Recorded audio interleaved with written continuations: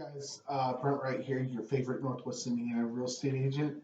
Coming to bring you my market report for the housing industry here in Northwest Indiana for February 2024 compared to February 2023. So last month, right, as you recall, was one of the first months in about a year that home sales increased. So that was a positive thing. Technically, home sales increased again, right, for the month of February by 3.23%.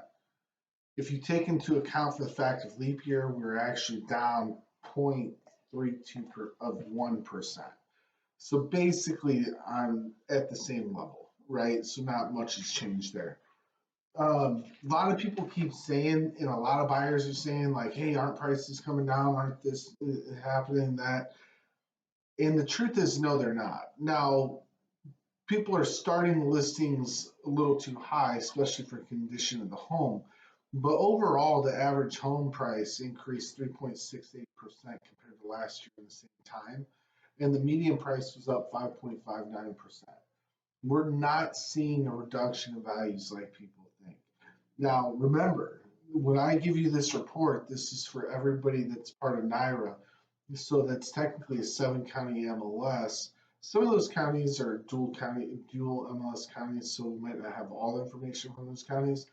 But that's Lake County, Porter County, LaPorte, Jasper, Newton, Stark, and Pulaski.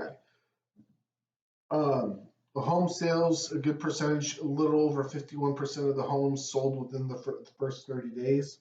So that's really good there. The listed sales price is pretty much kind of like where it's been, not much of a difference there. Price per square foot, $141 a square foot versus $140 a year ago, so not much of a change there.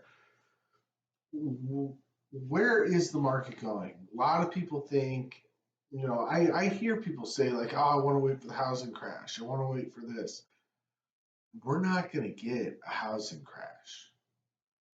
The only way to get a housing crash is to have an oversupply of inventory.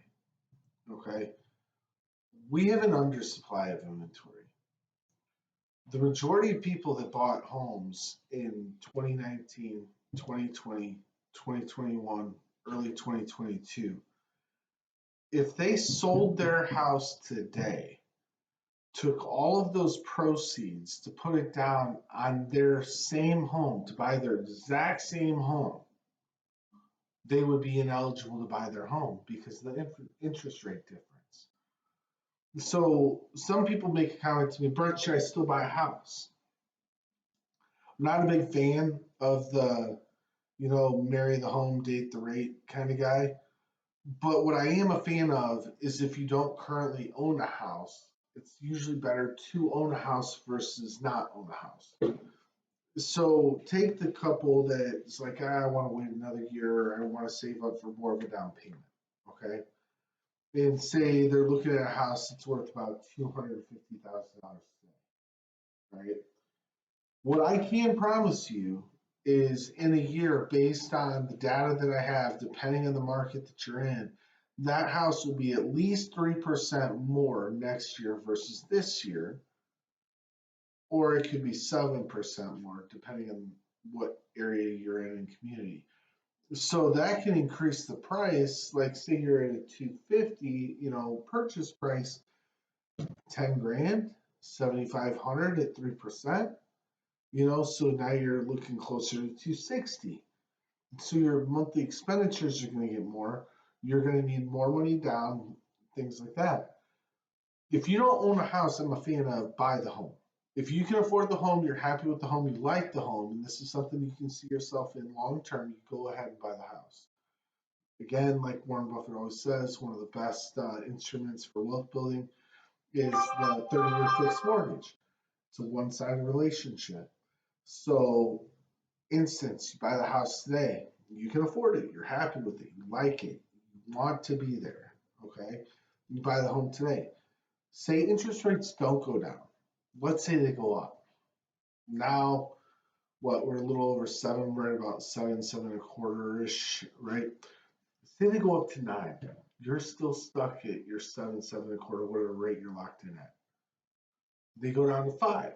you have the right to go ahead and refinance the home if you choose to. I mean, you would, I would think, unless you're, 20 years into a 30-year note.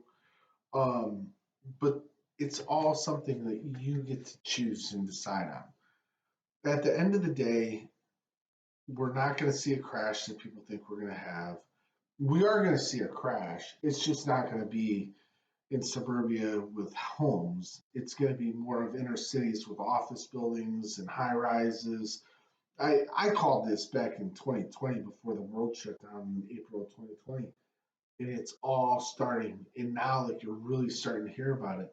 That's the crash we're going to see, but not local stuff, not suburbia, not home sales. I don't even think suburbia is going to be affected when it comes to commercial financing, unless like a local regional bank's heavily invested into